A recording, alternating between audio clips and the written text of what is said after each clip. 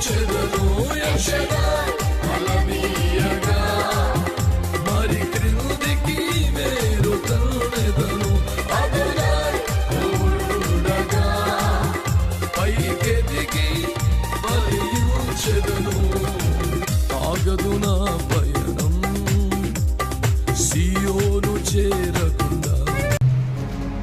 లూకా సువార్త 5వ అధ్యాయం 32 వచ్చింది. ఎవరైనా ఒకటి గట్టి చదివినట్లయితే మారు మనసు పొందుటకై నేను పాపులను పిలవచ్చును కానీ నీతిమంతులను పిలవరాదని వారితో చెప్పింది. చాలు.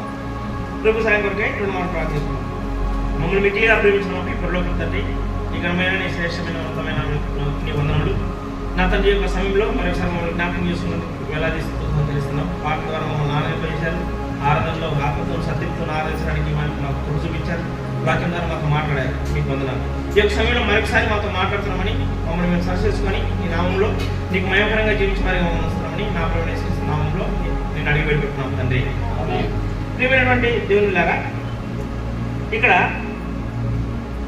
ప్రభు యేసుక్రీస్తు వారు మాట్లాడుతున్న మాట ఏదట, మారు మనసు పొందుటకై నేను పాపులను పిలవచ్చుంది కానీ నీతిమంతులు పిలువరాలేదని వారితో చెప్పాను. ఇక్కడ ప్రభు యేసుక్రీస్తు వారు భూమి మీదకి వచ్చిన సందర్భాన్ని, సమయాన్ని, ఎందుకు వచ్చాడు అన్నది ఇక్కడ మనకు చెప్తుంది. పాపులను పిలవచ్చాడు, నీతిమంతులను పిలవాలి. అయితే పాపులు ఎవరు?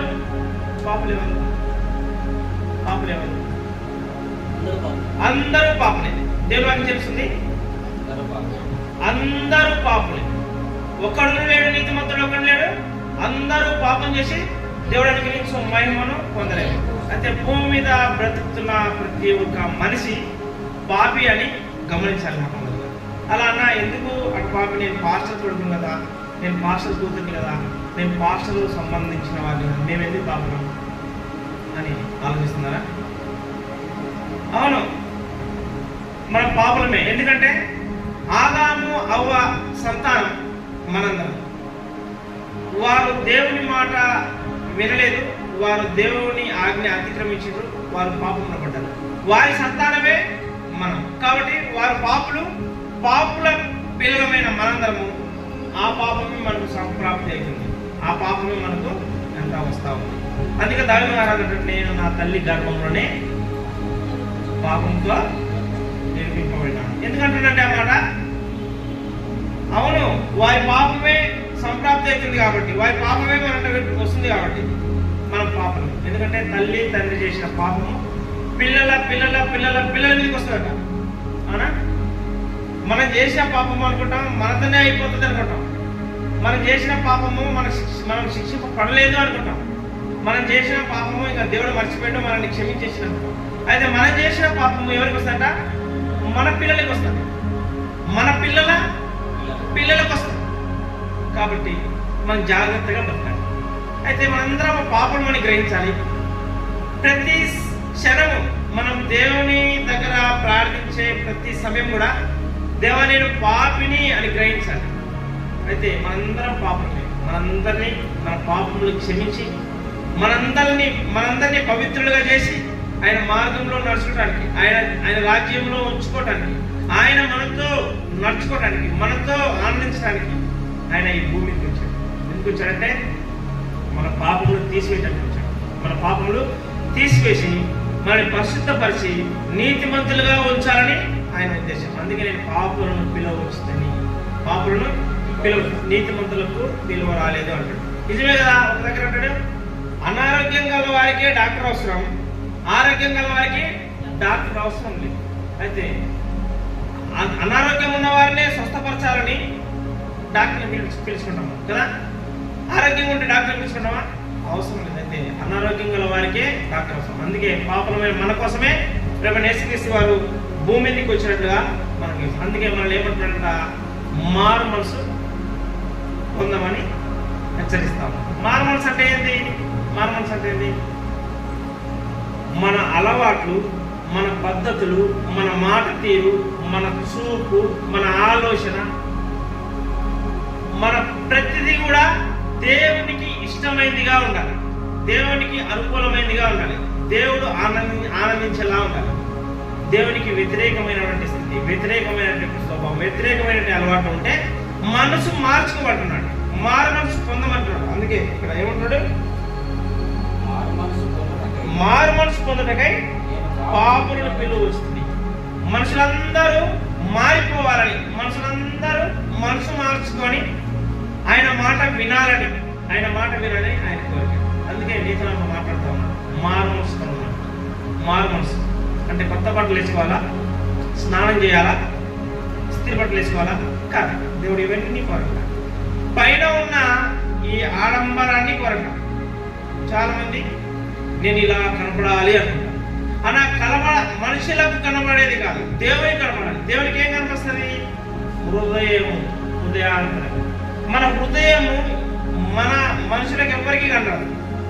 ఎందుకు కనరాదంటే పైకి బుద్ధి కలిగిన వారిగా ఉంటాం కదా, లోన ఏయో ఆశలు, ఏయో కోరికలు, ఏయో తలంపులు, ఇవి మార్చుకోమంటున్నాడు దేవుడు.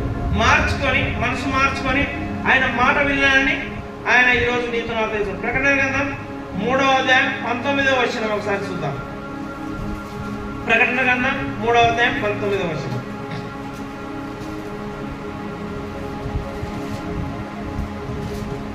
నేను ప్రేమించు వారందరినీ గద్దించి శిక్షిస్తున్నాను కనుక నీవు ఆసక్తి కలిగి మారు మనసు పొందు.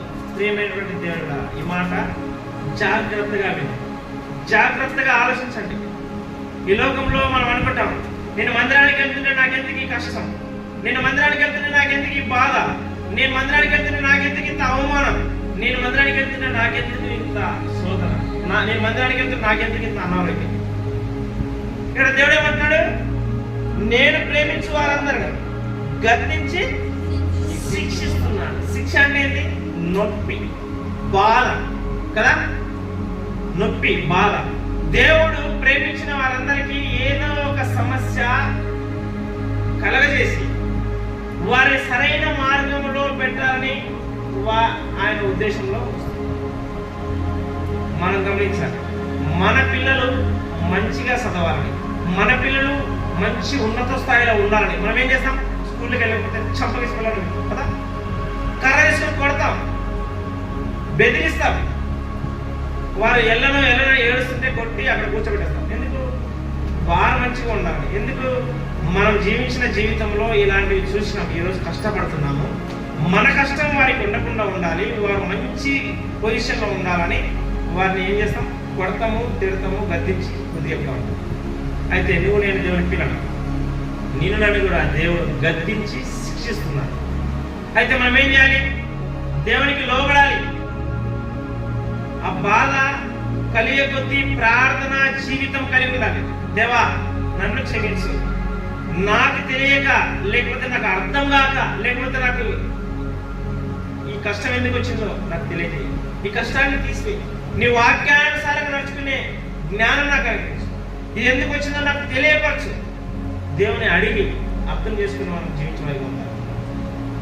మందిరానికి వెళ్తుంటే నాకు ఇంత శోధన వస్తుంది, మందిరానికి వెళ్తుంటే నాకు ఎంత కష్టం వస్తుంది, మందిరం రాకుండా మానేయండి. మందిరానికి మానేస్తే ఇంకా కష్టం వస్తుంది. అప్పుడు ఎవరు కోల్పోతాం? మనమే కోల్పోతాం. తెలుగులో ఒక సామెత ఉంది, చెరువుతో అలిగితే ఎవరికి ఏం లేదంట కదా. దేవుని మీద అలిగితే ఎవరికి నష్టం? నీకు నాకే నష్టం, దేవునికి నష్టం లేదు. కాబట్టి నువ్వు నేను నష్టపోకూడదంటే ఏం చేయాలి? ఆయన గద్దింపు, ఆయన శిక్షకు మనం లోబడి ఆయన మాట విని నడుచుకోవాలి. చూడండి ప్రియమైన దేవరా, అపోస్తలుడైన పౌలు సౌలుగా ఉన్నప్పుడు తిరుగుబాటు చేసినవాడు. దేవుడు ఆయన ఏర్పరచుకొని పౌలుగా మార్చింది. ఆయనకు ఏముందంట? ఒక ముళ్ళు ఉందంట. అవునా? ఇంకొక ముళ్ళు ఏంటంటే, నా కృప నీకు చాలన్నట్టు ఆ ముళ్ళు, ఆ బాధ, ముళ్ళు అంటే బాధ, ఆ బాధ తీసే బాగుంటుంది. ఆయన ఎందుకు ఈ మాటలు చెప్తున్నారంటే, ఆయన దేవుని మాట విని దేవుడికి లోబడిన సమయంలో ఒక్కొక్కసారి అన్నం లేదంట, ఒక్కోసారి బట్టలు లేవంట, ఒక్కోసారి పండుకోవడానికి ప్లేస్ లేదంట, ఎంతో కష్టం అనుభవించాడు, ఎంతో కష్టం అనుభవించాడు. ఆ కష్టంలో ఇంకా మనకు తెలియని ఆ బాధ ఏమో ముళ్ళు అని రాసింది అక్కడ. నాకు ఈ ముళ్ళు తీసేయండి, దేవుడు ఏమంటారు సార్, నాకు నీకు చాలును అంటే, నాకు నీకు చాలు, ఇంక చాలు, నువ్వు ఆ బాధలనే ఉండు, ఆ బాధ తీసేస్తే మనం మాట వినవేమో, అంతే కదా అర్థం. ఆ బాధ తీసేస్తే నువ్వు మాట వినవేమో. కాబట్టి దేవుని మాట వింటే దేవుడు మనలో ఆ ముళ్ళు తీసివేస్తాడు. దేవుని మాట వింటే మన పరిస్థితి మార్చేస్తాడు. దేవుని మాట వింటే మనల్ని గొప్పగా ఆశీర్వదిస్తాడు, గొప్పగా ఆశీర్వదిస్తాడు. ఆయన మాట వినమంటే నేను గద్దించి శిక్షిస్తున్నాను అంటాడు. కాబట్టి జాగ్రత్తడు ఏమంటాడు, మనమ్మ నేను ప్రేమించు వారందరినీ గద్దించి శిక్షిస్తున్నాను కనుక నీవు ఆసక్తి కలిగి మార్చుకుందు. ఆసక్తి రావాలి, నేర్చుకోవాలి, వినాలి, అర్థం చేసుకోవాలి, జీవించాలి, ఆసక్తి రావాలి. ఆసక్తి కలిగి మారుమనుచుకున్నాం. మారుమనసు అంటే మన జీవితాన్ని మార్చుకోవాలి. ఇంతవరకు మనం ఏ పని చేసినామో అనవసరం, ఇంతవరకు మనం ఏ తప్పిదం చేసినామో అనవసరం, ఇంతవరకు మనం ఏ చెడ్డగా ఆశించినామో అనవసరం, ఇంతవరకు మనం ఏ చెడ్డగా నడుచుకున్నామో అనవసరం. దేవుడు ఎప్పుడు సమయం మనకు మాట్లాడుతున్నాడు. ఆసక్తి కలిగి మారుమనుచుకుంటే ఏమైపోతుందట, మన పాపములు తీసివేయబడతాయి, మన పాపములు క్షమించబడతాయి, మనము మంచిగా ఉండగలుగుతాం. దేవుడు పాపములు తీసేస్తే ఎలా ఉంటుంది తెలుసా? దేవుడు అంటాడు, మనల్ని నీ పాపములను తూర్పుకు పడమటికి ఎంత దూరమో అంత దూరం నేను తీసివేస్తున్నాను, నువ్వు దాన్ని మర్చిపో, నేను జ్ఞాపకం చేసుకోను అంటాడు. నేను జ్ఞాపకం చేసుకొని నీ పాపములు నేను క్షమించేస్తున్నా, నేను వదిలేస్తున్నా, ఇంకా నేను శిక్షించాను ఆ పాపముల విషయం. ఇప్పటి నుంచి పరిశుద్ధంగా జీవించు. అయితే దేవుడే మనల్ని మర్చిపోమంటాడు పాపము, ఆ పాపం చేసి. చాలా మంది ఏం చేస్తారు తెలుసా, బాప్తిసం తీసుకోకముందు చేసిన పాపములు, చేసిన తప్పులు, బాప్తిసం తీసుకున్న తప్పుడు ఒప్పుకుంటారు, వదిలిపెట్టి బాప్తిసం తీసుకుంటారు. మళ్ళీ ఏం చేస్తారు తెలుసా, మళ్ళీ ఆ పాపముల గురించి చేస్తారు. అవసరం లే. నువ్వు బాప్తిసం తీసుకున్నావు అంటే నువ్వు క్షమింపబడ్డావు. నీతో పాటు ప్రభు యేసుక్రీస్తు వారు చనిపోయి సమాధి చేయబడి తిరిగి లేచినట్టే నువ్వు ఆ పాప విషయంలో చచ్చిపోయావు, పరిశుద్ధపరిచావు, తిరిగి లేచావు. ఇక పరిశుద్ధురాలివి. ఆ పాపములను నువ్వు జ్ఞాపకం చేసుకోవద్దు, వదిలే. తూర్పుకు పడమటికి ఎంత దూరం అంత దూరం చేసినా అంటారు దేవుడు. కాబట్టి మనం ఆ పాపములను జ్ఞాపకం చేసుకోవద్దు. అయితే బాప్తిసం తీసుకున్న తర్వాత ఆసక్తి కలిగి ఆ పాపము జోలికి పోకుండా పరిశుద్ధంగా జీవించాలి. అది దేవుని ఉద్దేశం. అంతే. బాప్తిసం తీసుకొని బలలో పాల్పొందాలనే ఆశ కలిగి మనం చెడ్డ ఆలోచనలు, చెడ్డ తలంపులు, చెడ్డ కోరికలు, చెడ్డ ఉద్దేశం, దేవునికి వ్యతిరేకమైనటువంటివి మనం నెరవేరుస్తూ ప్రభువుల్లో పాల్గొంటే ఎలా ఉంటుంది? ప్రభువుల్లో చాలా ప్రాముఖ్యమైనది. ఎంత ప్రాముఖ్యమైనది అగ్నితో చెలగడం ఉంటుంది. మనము అగ్ని మీద పడుకునేటప్పుడు కాలు దానికంటే డేంజర్. ప్రభు పనులలో పరిశుద్ధత లేకుండా, మారు మనసు లేకుండా, మనలో పవిత్రత లేకుండా పాల్గొందామనుకోండి, తక్షణమే మనకేమొస్తుంది? సాతాను వస్తుంది. అన్నా ఏమన్నా నువ్వు అట్లా మాట్లాడతావు, బలలో పాల్గొంటే సాతాను ఎందుకు వస్తుంది అని ఆలోచిస్తున్నావా? ఇస్కరియోతు జీవితాన్ని గమనించండి. ఆయన దేవుడితో తిరిగినవాడు, దేవుడు అంటే తెలిసినవాడు. ఆయన శిష్యులలో అందరికంటే ప్రధానమైన శిష్యులు అనుకుంటా. ఆయన దగ్గర సంచి ఉంటుంది, సందా పైసలు సంచి కదా. ఈ సందా పైసలు ఎవరు ఇస్తారు? ఎవరి దగ్గర ఉంటాయి? సంఘ పెద్ద, అవునా? అంటే సంఘంలో ఒక పెద్ద దగ్గర. అలాంటి ఇస్కరియోతు యూదా 30 వెండి నాణాలకు ఆశించి యేసుక్రీస్తు వారిని అప్పచెప్పడానికి చెడ్డగా ఆలోచిస్తారు. అయితే ఆయన 12 మంది శిష్యుల్ని అక్కడ మోకరింపజేసి యేసుక్రీస్తు వారు వాళ్ళకి బల్ల ఇస్తారు. ఏమిస్తారు? బల్ల ఇచ్చినప్పుడే ఇస్కరియోతు యూదా బలలో పాల్గొంటాడు. తక్షణమే అపవాది తనలో ప్రవేశించను అనేది అక్కడ అర్థమైందా? తక్షణమే అపవాది అతనిలో ప్రవేశించను అనేది. చూడండి, ఏది కూడా నోటి మాట కాదు, ఏది కూడా దేవుని మాట అని అర్థం చేసుకోవాలి. అయితే ఏమైందంటే తక్షణమే అపవాది దూరింది.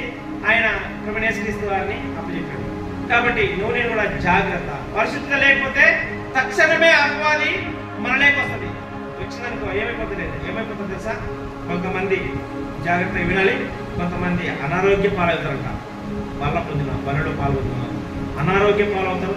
కొంతమంది ఆర్థిక పరిస్థితి అంటే సమస్యలు, శ్రమలు, కష్టాలు, నష్టాలు వస్తాయి. కొంతమంది నిద్రించదని కదా, నిద్ర అంటే చనిపోతారు. జాగ్రత్త సుమ. కాబట్టి పరిశుద్ధత లేకుండా బలలో పాల్గొనడం చాలా కష్టం, నష్టపోతాం. కాబట్టి పరిశుద్ధత ఉండే బలపాలం. అయితే పరిశుద్ధత అంటే మారు మనసు ఉండాలి. మనము పాపములు క్షమించబడిన వారిగా ఉండాలి. పాపములు అందుకే ఇక్కడ ఆసక్తి కలిగి మారు మనసు పొందు అంటాడు. అంతేకాదు ప్రకటన 2:3 వచనంలో మనం పరిశీలించినట్లయితే అక్కడ ఏముంది?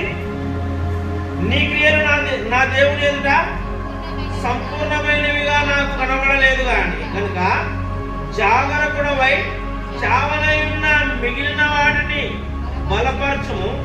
నీవెలాగో ఉపదేశము పొందితివో, ఎలాగో వింటివో జ్ఞాపకం చేసుకుని దానిని గైకొనుచు మారుమనుచుతుంది. ఏమంటున్నాడు? నువ్వు దేవుని వాక్యాన్ని చదివితే నీకు ఏం అర్థమైందో, నువ్వు దేవుని వాక్యాన్ని వింటే నీకు ఏం అర్థమైందో వాటిని విని గ్రహికొని జాగ్రత్త కలిగి నువ్వు నడుచుకో. జాగ్రత్త కలిగి నడుచుకోమని చెప్తున్నాడు. ఎందుకంటే చాలా ప్రాముఖ్యం మారు మనసు. ఇక్కడ నీ క్రియలు నా దేవుని ఎదుట సంపూర్ణమైనవిగా కనబడలేదు. నీకేదో లోపం ఉంది, నీ క్రియలు మంచిగా లేవు, ఇంకా ఏదో లోపం ఉంది అని అర్థం.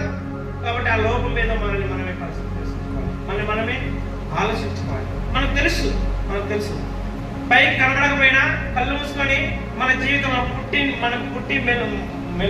మనకు మంచి జ్ఞానం వచ్చినప్పటి నుంచి ఇంతవరకు మనం ఏం చేసామో మనకు తెలుసు కదా.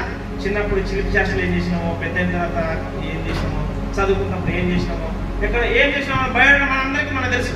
కాబట్టి ఏ విషయం దేవుని ఎదుట మనకు దోషారోపణ చేసినాం వాటన్నిటిని మనం జ్ఞాపకం చేసుకొని దేవాలను క్షమించు, పరిశుద్ధపరచని మనం అడిగి వదిలిపెట్టి వాటిని ఏం చేయాలి? వదిలిపెట్టి మనం పరిశుద్ధపరచబడి దేవుని ఎదుట యథార్థమైనటువంటి జీవితం జీవించాలని దేవుడు కోరుతున్నాడు. కాబట్టి ఏ విషయంలో తప్పిపోయావో ఆ విషయాన్ని దేవాన్ని ఈ విషయంలో తప్పిపోయానని క్షమించాలి, పర్టికులర్గా అడగాలి.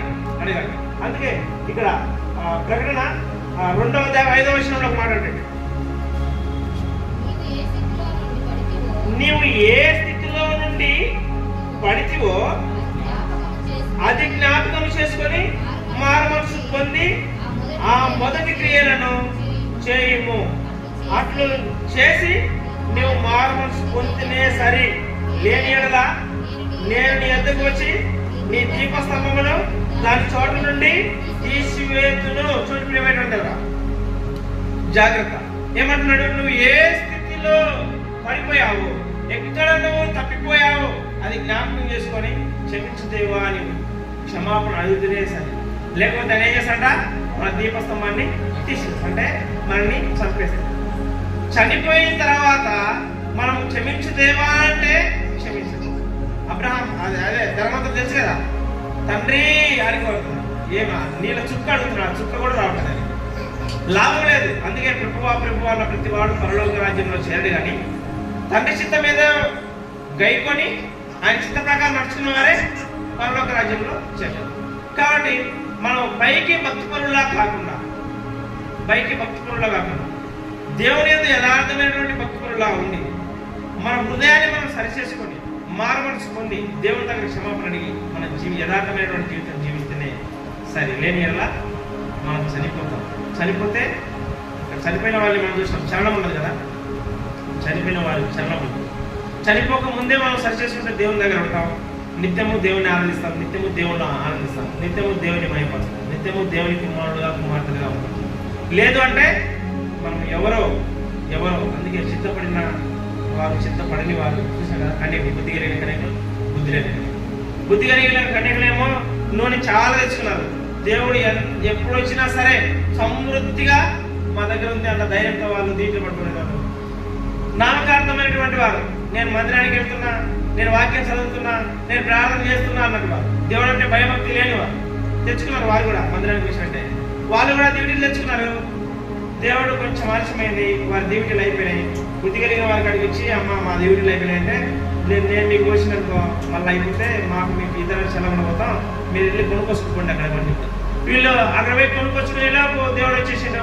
ఈ 5 మంది అక్కడ కూర్చున్నారు. అప్పుడు వీళ్ళు కొనుక్కొని వచ్చిన వాళ్ళు మళ్ళా దూరం పడితే మీరు ఎవరో నాకు తెలియదు అంతే, ఎవరో తెలియదు. ఎందుకంటే వారు చిత్తపడలేదు. కానీ నేను చిత్తపడకపోతే నువ్వు ఎవరో అంటాడు దేవుడు. ఎవరో అన్నప్పుడు మనం ఏం చేస్తాం? ఎంత అవమానం! అరే ఇంత ప్రయాసపడి వేస్ట్ కదా. కానీ నామకార్థం కాకుండా యథార్థమైనటువంటి జీవితం జీవించాలి. క్రైస్తవులు దేవుడి బిడ్డలు అన్నబడిన వారు, పక్కన వారు మనం చూస్తే మీరు విశ్వాసులు అని మనం అర్థం చేసుకుని మనం చూస్తే భయపడాలి. మనం కొడతామో పొడుస్తామని కాదు. ఎవరైనా దేవుడి బిడ్డలు వస్తే భయపడతారు. ఎందుకు తెలుసా? మనం పట్టం, దేవుడు కొడతాడు, దేవుడు శిక్షిస్తాడు. టైంలో అబ్బా వీళ్ళు దేవుడు పెట్టు, వీళ్ళ జోలికి భయపడి దూరంగా ఉంటారు. యథార్థమైనటువంటి జీవితం జీవిస్తే. లేదు నటన జీవితం జీవితే వీళ్ళ ఇంతలే, వీళ్ళు ఆరాధన, వీళ్ళు మందిరానికి చెప్తారు, వీళ్ళు లేదు, మనం చూసి ఎవరు భయపడరు. ఇంకా హేరణ, ఇంకా మనం అవమాన స్థితిలో చూస్తాం కదా. అలాంటి స్థితిలో మనం ఉండకూడదు. మనం యథార్థమైనటువంటి స్థితిలో మనం చూస్తే భయపడాలి. అలాంటి స్థితిలో ఉండాలని దేవుడు నిన్ను హెచ్చరిస్తాం. అంతేకాదు, ప్రకటన 3వ అధ్యాయం 17-16 వచ్చిన, నీ క్రియలను నేను ఎరుగుదును, నువ్వు చల్లగానైనను వెచ్చగానైనను లేవు, నువ్వు చల్లగానైనను వెచ్చగానైనను ఉండిన మేలు, నువ్వు వెచ్చగానైనను చల్లగానైనను ఉండక నువ్వు వెచ్చగా ఉన్నావు కనుక నేను నిన్ను నా నోటి నుండి ఉమ్మివేయను ఉద్దేశిస్తున్నాను. ఎంతటి ఘోరమైన! నువ్వు ఉంటే క్రైస్తవుడుగా ఉండు, లేకపోతే క్రైస్తవుడిగా ఉండమాక. నువ్వు క్రైస్తవుడు అనబడిన వాడిగా ఉండి అటు పనులు చేస్తే ఇటు పనులు చేస్తే ఎందుకు పనికి రాకుండా? నిజమే కదా. గమనించండి, ఇప్పుడు మనం దేవుడు నమ్ముతున్నాం. ఈ ఏరియాలో తమ్ముడు చర్చి పెట్టి మంచి మొదలు నడిపిస్తుంది. రేపు పొద్దున గణపతి బొమ్మలు వస్తాయి కదా, ఆకర్షణ కదా, బొమ్మలు పెట్టారు. తమ్ముడు పోయి కొబ్బరికాయ తీసుకొని కూతురు అనుకోండి మాట రాణిస్తారా? వాళ్ళు రాణిస్తారా? రాని అని. ఎందుకు తెలుసా? ఆదివారం రాగానే మందిరం పెట్టాడు, జనాలందరినీ మంచిగా ప్రార్థన నడిపిస్తాడు. ఈయన ఏదో చేయడానికి వస్తుంది, ఇంకా నన్ను రావద్దని వదలాలి. ఓకే, నామకార్థంగా ఉంది. నామకార్థం. ఇప్పుడు మళ్ళీ మందిరానికి వచ్చి ఆ కొబ్బరికాయ పట్టుకొని పోయేటప్పుడు ఈ చర్చికి వచ్చినప్పుడు చూసినట్టు ఇప్పుడు చర్చికి వస్తున్నాం మళ్ళీ తమ్ముడు ఆదివారం. మొన్న గణపతి బొమ్మకు కొబ్బరికాయ తీసుకెళ్ళాడు, మళ్ళీ వాక్యం చెప్పడానికి వస్తాడు. ఈయన చెప్పేది అది మళ్ళీ వింటున్నా, ఇక్కడ చెల్లదు అక్కడ చెల్లదు, 2 విధాలుగా పనికి రాకుండా పోయింది. అవునా కదా? ఏం లాభం? ఉంటే అట్టనన్నా ఉండాలి, కొబ్బరికాయ కొట్టే అవకాశం వస్తుంది. ఉంటే ఇట్లనే ఉండాలి, ఇక్కడ వాక్యం చెప్పే అవకాశం వస్తుంది. ఇక్కడ ఇది లేక అక్కడ అది లేక ఏమంటారు? దేవుడు నేను నా నోటి నుంచి ఉమ్మివేయను ఉద్దేశిస్తున్నాను కదా. ఎటు పనికి రాకుండా పోతాం. నటన జీవితం అయితే 2 విధాలుగా ఉంటాయి. వెచ్చగానే ఉంటాడు, ఉండు నీ ఇష్టం, నువ్వు నా దగ్గర రామాకు, నువ్వు అటే ఉండు, సరాసరి నా దగ్గరికి వెళ్ళొచ్చు. ఓకే, ఉంటే ఇటుండు, సరాసరి నా దగ్గరికి రావచ్చు. నువ్వు అటు ఇటు ఉంటే తీరు, అటు ఇటు ఉంటే కష్టం. ఆశ ఉంటుంది, అది పోయిన తర్వాత నేను పరలోక రాజ్యం వెళ్తాను. ఆశ నిరాశ అయితే ఎంత బాధ ఉంటుంది. కాబట్టి అలాంటి స్థితిలో మనం ఉండద్దు. ఉంటే ఒకటే లా ఉండాలి. అందుకని నీ క్రియలు నేను ఎరుగుదు. దేవుడికి ప్రతి విషయం తెలుసు. ఆ విషయంలో మనం జాగ్రత్తగా ఉండాలి. మనం ఎవరు దేవుడు మనల్ని చూడట్లేదులే, లేకపోతే దేవుడి బిడ్డలు మనం చూడట్లేదులే, లేకపోతే ఎవరు మనం చూడట్లేదు, మన ఇష్టానుసారంగా ప్రియమైనటువంటి దేవులారా, విచారం చేస్తేనే విచారం కాదు. మోహపు చూపు చూస్తేనే తక్షణమే విచారించినట్లుంది బైబిల్లో. కాబట్టి మనం దేవుడు ఏమంటున్నాడు? నిన్ను వల్ల నీ పొరుగు వారిని ప్రేమించు అంటాడు కదా. ఎలాంటి ప్రేమ అంట? ఎలాంటి ప్రేమ? తల్లి కుమారుల ప్రేమ ఎలా ఉంటుంది? తల్లి కుమారుల ప్రేమ స్వచ్ఛమైన ప్రేమ. అంతేకాకుండా తండ్రి కుమారుల ప్రేమ ఉంటుంది. ప్రేమ ఎట్లుంటుంది? స్వచ్ఛమైన ప్రేమ కదా. అన్న చెల్లెళ్ళ ప్రేమ ఎట్లుంటుంది? స్వచ్ఛమైన ప్రేమ. అంటే మోహపు చూపు లేని ప్రేమ, చెడ్డ కోరికలు లేని ప్రేమ, చెడ్డ ఆలోచనలు లేని ప్రేమ. నిన్ను వలే నీ పొరుగు వారిని ప్రేమించినాడు దేవుడు. ఎలాంటి ప్రేమ? తల్లి కుమారుల ప్రేమ, అన్న చెల్లెళ్ళ ప్రేమ, తండ్రి కూతుర్ల ప్రేమ ఎలా ఉంటుందో అలాంటి ప్రేమ ప్రేమించాలి. చాలా మంది దేవుని నామాన్ని అవమానిస్తున్నారు. ప్రేమించమన్నాడు కదా, దేవుడే చెప్పిండు కదా. తప్ప అర్థం చేసుకోకండి. క్రిస్టియన్స్ మనందరం మనమే కలవ టెంపుల్కి వెళ్ళే ప్రతి బ్రదర్స్ చాలా మంది నాకు తెలుసు. వాళ్ళు ఆదివారం 6 గంటలకే అయిపోతారు. అక్కడ పాస్టర్ గద్దించదు, పాస్టర్ నువ్వేం చేస్తున్నావు అడగడు, మేము మందిరానికి వెళ్తున్నాం అంటున్నారు, అడిగి పోయి చెడిపోయేస్తున్నాం. చాలా మంది నన్నే ఎంతో మార్లు ఆశిన ఒక సిస్టర్, నువ్వు మందిరానికి వెళ్ళావా, నువ్వేంటి, నువ్వు ఎప్పుడు వ్యాపారమేనా, నువ్వు ఎప్పుడు అదే నన్నే అరిచింది. అమ్మ నేను చాలా బాధపడ్డాను ఆమెను చూసి, ఆమె నన్ను అరుస్తుంది నేను మందిరానికి వెళ్తే. అలాంటి నన్ను అరిచిట ఆమె ఏం చేసింది తెలుసా, భర్తను పిల్లను వదిలిపెట్టి ఒక ఆయన తీసుకొని వెళ్ళిపోయింది. ఎంత గౌరవం చూడండి. వాళ్ళే కాదు, నాకు ఇట్లా చాలా మంది తెలుసు ఆ చర్చికి వెళ్ళే వాళ్ళందరూ ఇట్లా ఇట్లా చిన్న చిన్న పనులు చేసేవాళ్ళు.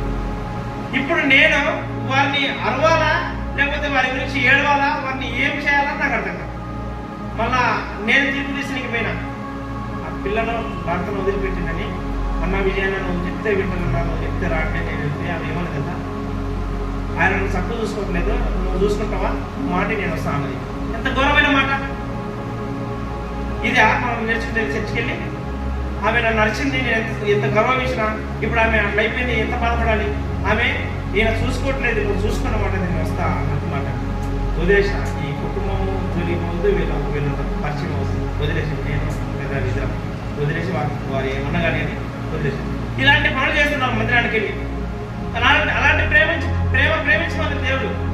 అన్నా చెల్లెలు, తండ్రి కూతురు, తల్లి కొడుకు, తండ్రి కూతురు, అన్న చెల్లెల ప్రేమ, ఈ ముగ్గురి ప్రేమ ఎలా ఉందో అలాంటి ప్రేమ ప్రేమిస్తాం.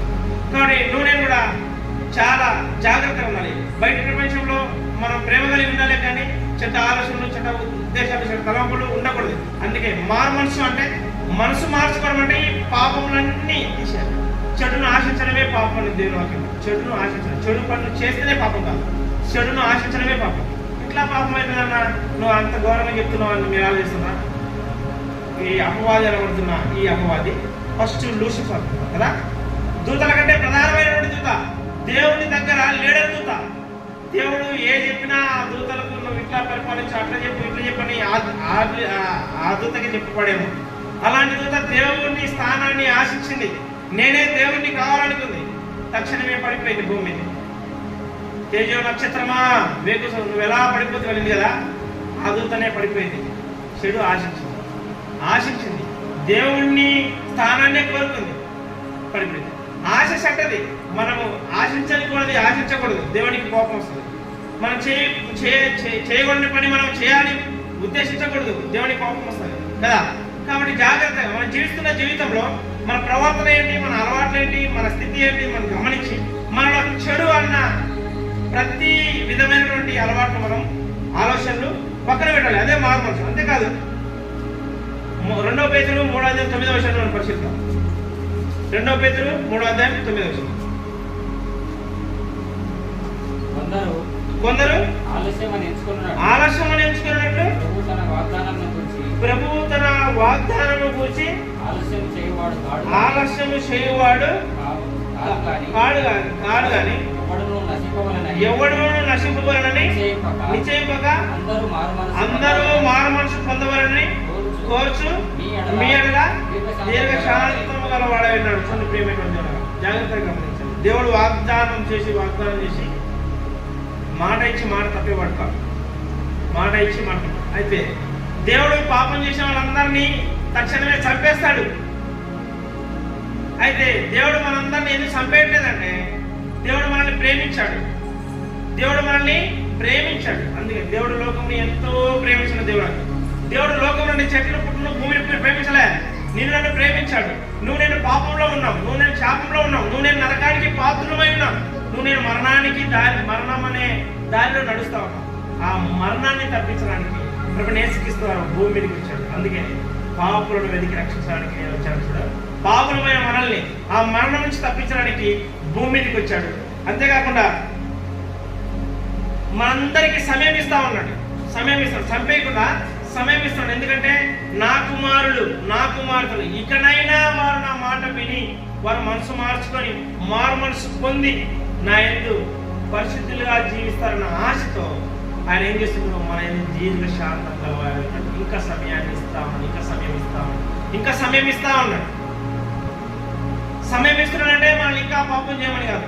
సమయం ఇస్తున్నామంటే మనం ఇంకా ఏదో చేయాలని కాదు. మనం మారుమనసు పొందాలి. కొందరు ఏం చేస్తారు తెలుసా? బాప్తిజం తీసుకోమంటే ఇప్పుడు వద్దన్న పెళ్ళి తర్వాత తీసుకుంటాం, లేదంటే పెళ్ళికి ముందు తీసుకుంటామన్నా వీడు కరెక్ట్గా ఉండాలి కదా అంటే సమయం అడుగుతారు ఇంకా కదా. బాప్తిజం తీసుకోమంటే ఇంకా నాకు కోరికలు ఉన్నాయి, నేను మందిరానికి రమ్మంటే ఇంకా చేయాల్సిన పని చాలా ఉంది, ఆ పని అంతా చేసిన తర్వాత వస్తామంటారు కదా. చాలా మంది అంటారు కదా ఆ మాటలు. నేను సేవ చేయండి అంటే ఇప్పుడు కాదన్నా ముస్లింలు అయిన తర్వాత ఇక వస్తాం సేవ చేయడానికి. అది దేవుడు నీతో ఎప్పుడు మాట్లాడుతున్నాడు అప్పుడే తక్షణమే మనసు పొందు, అప్పుడే నిప్పండి. దేవుడి పని నువ్వు ఎప్పుడు చేయాలనుకున్నావు అప్పుడే చేయాలి. సమయం అడుగు. దేవుడు ఇంకా మనకి సమయం ఇస్తామండి. ఎందుకంటే మనం మనసు మార్చుకొని ఆయన పని చేసి ఆయన ఆరాధించి ఆయన స్తుతించి ఆయన మార్గంలో నడిచి మరణము అనే స్థితి నుంచి తప్పింపబడతామని మనకు సమయం ఇస్తామని దీర్ఘశాంతం కలవాలి. కాబట్టి ఆయన మనకు సమయం ఇస్తున్నాడని మనం ఇంకా పొడుగు పెంచుకోకూడదు. దేవుడు మనతో మాట్లాడకూడదు. మనతో దేవుడు ఏ క్షణం ఏం చెప్తున్నాడో తక్షణమే మనం ఏం చేయాలంటే మనం మనసు మార్చుకొని ఆయన పని చేసేవారిగా ఉండాలి, ఆయన మాట వినేవారిగా ఉండాలి, ఆయనకు లోబడేవారిగా మనం ఉండాలి. ఉండకపోతే మన నుంచి ఆ దీపస్తంభాన్ని తీసి మన నుంచి దేవుని ఆత్మ తీసేస్తాడు. దేవుని ఆత్మ మనలో ఉంది, ఆయన మనలో దేవుని ఆత్మ నుంచి మనకి ఇప్పుడు ఇది తప్పు, ఇది రైటు, ఇది కరెక్ట్ అని మనకు తెలియపరుస్తున్నదే దేవుని ఆత్మ. కాబట్టి ఆయన తీసేసినంటే చనిపోయినామంటే చనిపోతాం. కాబట్టి చనిపోకముందే మనం ఏం చేయాలి? మనసు మార్చుకోవాలి. అందుకే ఒక మాట ఉంటుంది లూకా సువార్త 10:10. లూకా సువార్త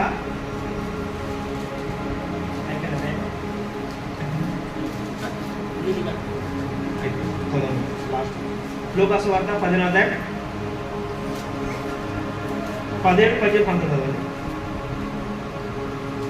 అయితే బుద్ధి వచ్చినప్పుడు వాడు నా తండ్రి యొద్ద ఎంతో మంది కూలివాండ్రకు అన్నము సమృద్ధిగా ఉన్నది, నేనైతే ఇక్కడ ఆకలితో చచ్చిపోతున్నాను. నేను లేచి నా తండ్రి యొద్దకు వెళ్ళి తండ్రి నేను పరలోకమునకు విరోధంగాను నీ ఎదుట పాపం చేసింది, ఇక మీదట నీ కుమారుని అనిపించుకున్నటకు యోగ్యుడను కాను, నన్ను నీ కూలి వారిగా ఒకనిగా పెట్టుకొనమని అతనితో చెప్పుదనుకొని లేచి తండ్రి యొద్దకు వచ్చి. చూడండి ప్రేమైన దేవుడు, ఇక్కడ ఒక వ్యక్తికి ఇద్దరు కుమారులు ఉన్నారు. ఇద్దరు కుమారుల్లో ఒక చిన్న కుమారుడు, ఇక్కడ మన చదువుకున్నది చిన్న కుమారుడు. ఈయన ఏం చేసిందంట తండ్రి దగ్గర ఆస్తి పంపకాలు పంచుకొని ఈయన ఆస్తిని తీసుకెళ్ళి వేరే ప్రాంతానికి వెళ్ళి దుర్వ్యాపారం చేసింది. అంటే ఇంకా విచ్చలవిడిగా ఖర్చు చేసి సుఖంగా జీవించి డబ్బులన్నీ అయిపోయించుకున్నాడు. కష్టాలు వచ్చి ఈయనకు ఏ పని దొరకట్లేదు. ఒక పని దొరికింది. ఏ పని అంటే పందుల వేపు పని దొరికింది. ఆ పందుల వేపుతా ఉన్నాడు. పందుల వేపుతున్న సమయానికి అన్నం కూడా దొరకట్లేదు. ఎంత ఘోరమైన పరిస్థితి చూడండి. ఆ పందులు తినే పొట్టు తినాలని ఆశించాడు ఆయన. అలాంటి ఘోరమైన పరిస్థితి. ఇలాంటి వ్యక్తి ఒకరోజు ఆలోచించాడు, నేను అన్నం లేక ఈ పందులు తినే ఆహారాన్ని తినడానికి నేను ఇష్టపడుతున్నానే. నా తండ్రి ఎంత గొప్పవాడు, నా తండ్రి దగ్గర ఎంతో మందికి ఆహారం దొరుకుతుంది, నా తండ్రి దగ్గర ఎంతో మంది బతుకుతా ఉన్నారు, మరి నేనెందుకు ఇంత దౌర్భాగ్యమైనటువంటి స్థితిలోకి వచ్చానని ఆయన ఆలోచించి గ్రహించి ఏం చేశాడంట, తిరిగి నా తండ్రి వద్దకు వెళ్తాను అంటున్నాడు. ఆయన దగ్గరికి వచ్చి, నాయన నేను పాపం చేశాను, నీకు పరలోకానికి నీకు నేను పాపం చేశాను, విరోధంగా జీవించాను, నా పాపం క్షమించాలని చెప్పుకొని ఒక పనివాడిగా నన్ను ఉంచుకొని అడుగుదామనుకొని వెళ్ళినట. అయితే ఈ మనసు మార్చుకొని ఆయన వాళ్ళ తండ్రి దగ్గరికి వచ్చిండు. వాళ్ళ తండ్రి ఆయన చూడగానే ఏం చేసిండు, ఆయన అంటుకొని ఏడ్చి ఆయన మంచి బట్టలు ఇచ్చి ఉంగరాన్ని దొరికించి పెద్ద విందు చేసిండు. అందరు సంతోషంగా ఉన్నారు కదా. ఈ మాటలు ఎందుకు చెప్తున్నానంటే, మనము ఈ లోకంలో కష్టాల్లో, నష్టాల్లో, శ్రమల్లో, బాధల్లో, అనారోగ్య పరిస్థితుల్లో, ఏ పరిస్థితిలో ఉన్నా మనందరం మనసు మార్చుకొని దేవుని దగ్గరికి వస్తే దేవుడు మనందరినీ హత్తుకొని ఆనందించి మనకు ఒక కిరీటాన్ని ఇచ్చి మనకు ఒక ఉంగరాన్ని ఇచ్చి మనతో విందు విందు చేస్తాం. దేవుని యొద్దకు మనం దేవుని యొద్దకు వస్తే దేవుడు మన యొద్దకు వస్తాడు. దేవుడు మనతో కూర్చొని భోజనం చేస్తాడు కదా, కూర్చొని భోజనం చేస్తాడు. దేవుడు మనతో భోజనం చేస్తే మనకేమైనా తక్కువవుతుందా? ఉదాహరణకి ఒక పెళ్లికి వెళ్తాం, పెళ్లి కొడుకే మన దగ్గర ఉంటే మనకేమైనా తక్కువవుతుందా? తక్కువవుతుందా? కాదు. పెళ్లి కొడుకు తీసుకురా తీసుకురా అంటే సమృద్ధికి ఇస్తాడు. దేవుడు మన దగ్గర ఉంటే మనకు సమృద్ధిగా ఇస్తాడు. కాబట్టి మనం మనసు మార్చుకొని తండ్రి దగ్గరికి వస్తే తండ్రి మనల్ని తోసివేయడు, మనల్ని ఆశీర్వదిస్తాడు, మనల్ని ఆనందపరుస్తాడు, మనల్ని స్వస్థపరుస్తాడు, మనకు కావాల్సిన ప్రతిదీ ఇస్తాడు. దేవుడికి అసాధ్యమైనది ఏమి లేదు. దేవుడికి అసాధ్యమైనది ఏమి లేదు. సమస్తము సాధ్యమే దేవుడికి, సమస్తము సాధ్యమే దేవుడు. కాబట్టి దేవుడు ప్రతి విషయంలోనూ మనం తప్పిస్తాడు. అనారోగ్య పరిస్థితి, ఆర్థిక పరిస్థితి, ఏ విషయంలోనైనా తప్పిస్తాడు. అయితే దేవుని దగ్గరికి రావాలి. దేవుని దగ్గరికి రావాలి అంటే భయపడుతున్నావా? బాధపడుతున్నావా? ఒక మాట సామెతల గ్రంథం 28:13. సామెతల గ్రంథం 28:13 చదవలేము. అతిక్రమములను దాచిపెట్టువాడు వర్తిలడు, వాటిని ఒప్పుకొని విడిచిపెట్టువాడు కనికరము పొందును. చోటు ప్రేమేటం దేవుడు. ఎవరైతే పాపములను దాచిపెడతారో వారు వర్తిలరు, ఎవరైతే ఒప్పుకొని వదిలిపెడతారో వారు కనికరింపబడతారు. కనికరింపబడడం అంటే దగ్గర చేర్చబడతారు, పిలువబడతారు, ఆనందంగా ఉంటారు, ఆశీర్వాదకరంగా ఉంటారు, గొప్పగా ఉంటారు. నువ్వు ఇలాంటి గొప్ప స్థితిలో ఉండాలని దేవుడు ఆశిస్తా ఉంటాడు. అందుకే మారుమనుకుంటాడు. అందుకే పాపలు వెతికి రక్షించడానికి ఆయన వచ్చాడు. మనందరం పాపలు వెతికి మనందరం రక్షించడానికి వచ్చాడు, మనందరం ఆశీర్వదించడానికి వచ్చాడు. కాబట్టి మనం ఏ స్థితిలో ఉన్నామో, మన హృదయం ఏ విషయంలో దోషారోపణ చేస్తుందో ఆ విషయాలను మనం ఒప్పుకొని వదిలిపెట్టి మనం క్షమింపబడిన వారమై మనం బలలో పాల్పొందుతూ మనం ప్రతి దినములని ఆయన కృతజ్ఞతాపూర్వకంగా జీవించాలని దేవుడు మనం హెచ్చరిస్తా ఉన్నాడు. అట్టి కృప మనందరము కలిగిన వాక్యాన్ని దేవుడు తీసుకుంటాం.